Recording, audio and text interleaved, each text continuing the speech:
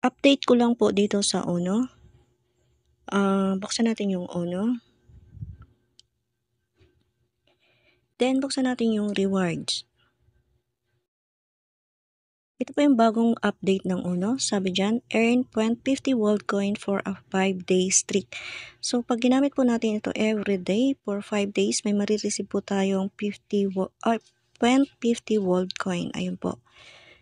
So, use Ono daily earn world coin. Ayan po. So, sabi dito, complete a daily swap deposit or reward claim. Minimum $0.75. Keep your streak alive by acting before the daily timer resets. After 5 days, claim a 0.50 World Coin reward.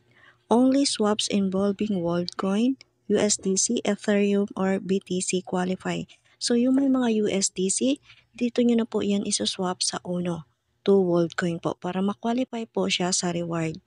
Then yung may mga token na nakukuha sa minimum apps or any airdrops or anong token man yan, ito na po yung gagamitin nyo sa Uno. Dito na po kayo magsaswap para ma-qualify po kayo at may makukuha po kayong reward after 5 days po. Ayun po. Another update dito sa World Up or sa Uno. Invite friends, earn 125 World Coin when you invite a friend to use Uno. Okay? Then get Diamante, use Oro to mine Diamante, the ultra rare token. Yan. Then earn with Ethereum up to 7% interest. Then sabi dyan, swap World Coin to USD. Did you know you can sell World for dollars inside the Ono app? Use the swap tab to try it out. Sabi dyan. So, Oro halving. Your Oro just got 2 times more rare. Claim now. Then, sabi dito, Orb. Claim your Orb token. Every human can claim 1,000 Orb once in their lifetime.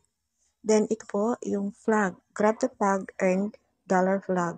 So, itong flag, every 60 minutes yan.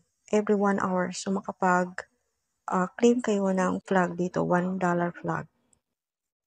Yan po yung bagong update ng World Up, especially dito po sa Uno. Ayan.